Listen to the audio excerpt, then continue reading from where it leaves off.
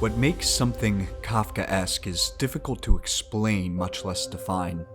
It describes the surreal and dreamlike quality of the literary works of Franz Kafka, but you can't really get a sense of what it means just from hearing somebody describe it. You need to read a bit of Kafka to understand the word, but read even just the first chapter of his greatest work, The Trial, and you'll understand exactly what people mean when they describe something as Kafkaesque.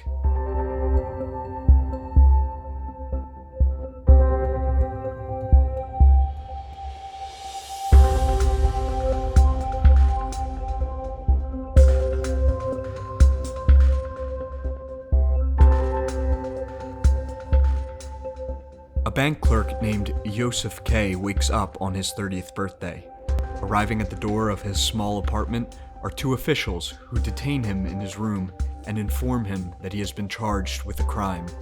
They can't tell him what crime he's supposed to have committed, nor direct him to anybody who can. He's free to remain at home and go about his work and other business, but proceedings for his trial have already begun, and he should expect further instructions. The men are unusually antagonistic, almost bullying in their demeanor towards Kay. They laugh at his questions and behave as though they've come into possession of some shameful secret about him.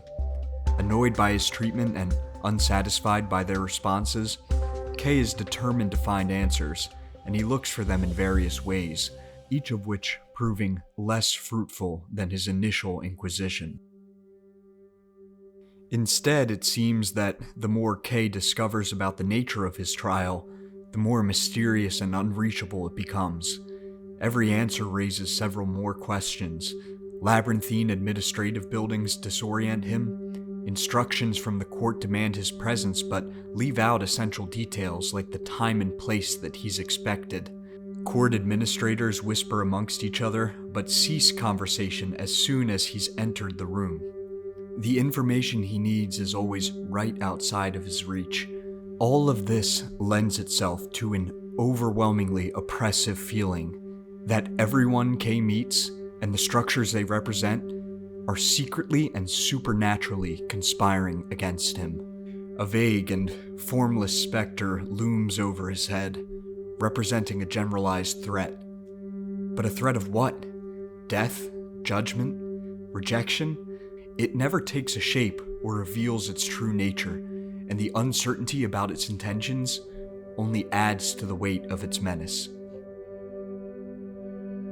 The perceived impossibility of arriving at any degree of certainty about his case feels like one of those dreams where you're desperately trying to get somewhere, but it gets further away as you get closer, and the moment you get close enough to touch it, you wake up. In fact, the whole story reads like a dream, the kind that jolts you up in the middle of the night and invites you to piece together its meaning before it fades from your memory altogether. But this time, you get to see it all unfold while you're still awake. Characters, places, and events are connected in ways which don't strictly make sense, but which feel appropriate to a deeper, more intuitive part of our subconscious prior to our faculties of higher reason. There's one scene in particular that sticks in the back of my mind and is always the first to present itself whenever I think about the trial. Kay is informed of a man who has been the court's painter for a long time, and he seems to have some level of influence over the decisions that the court reaches. Kay decides to pay the man a visit at his apartment, which is strangely located in the attic of a large building. He hopes to plead his case and convince the man to persuade the court in his favor. The painter remains ambiguous about his ability to help, and when their meeting ends, he strangely informs Kay that he can't leave through the door he entered. Instead, he'll need to use a back door, which is partially blocked by the man's bed, forcing Kay to climb over it in order to get through. When he leaves, he finds that the door opens up into the very courtroom where his case is being tried. Confused and disoriented, Kay asks about this strange configuration, and the painter offers as his only explanation that there are law court offices in practically every attic. Narrative elements don't map onto reality in a conventional way, rather they work like doorways from one part of the brain into the next. So as strange as a scene like this feels when read through a typical lens, it also feels right for the story. Of course, it doesn't make sense for the painter's apartment building to somehow connect to the courtroom, but it works because of how unsettling it is, after Kay has confided in this man, to discover that he was separated only by an awkward door from the very authorities who are prosecuting him.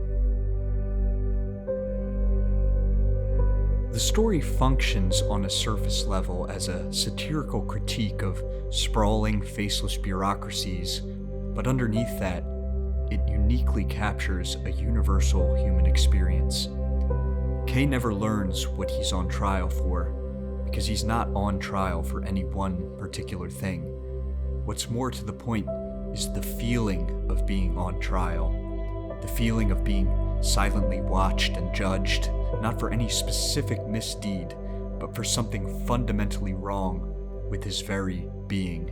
It's the fear that sits deep in the back of our minds, the fear that if the fullness of ourselves was revealed, including those parts we take special care to hide from the world, we would be met with disgust, rejection, and scorn. For so much as we're able to pass in our presentation to the world, there's always the fear that we're irredeemably unacceptable in some way.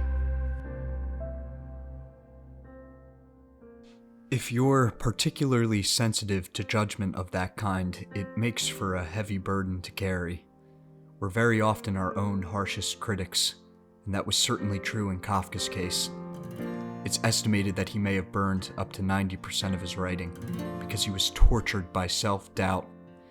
He published very little in his lifetime, died young, and in his will requested his close friend to destroy what remained. The only reason we're lucky enough to have The Trial and Kafka's other brilliant works is because his friend disobeyed, recognizing their true value. The people around us are almost always more forgiving and accepting of our faults than we expect them to be.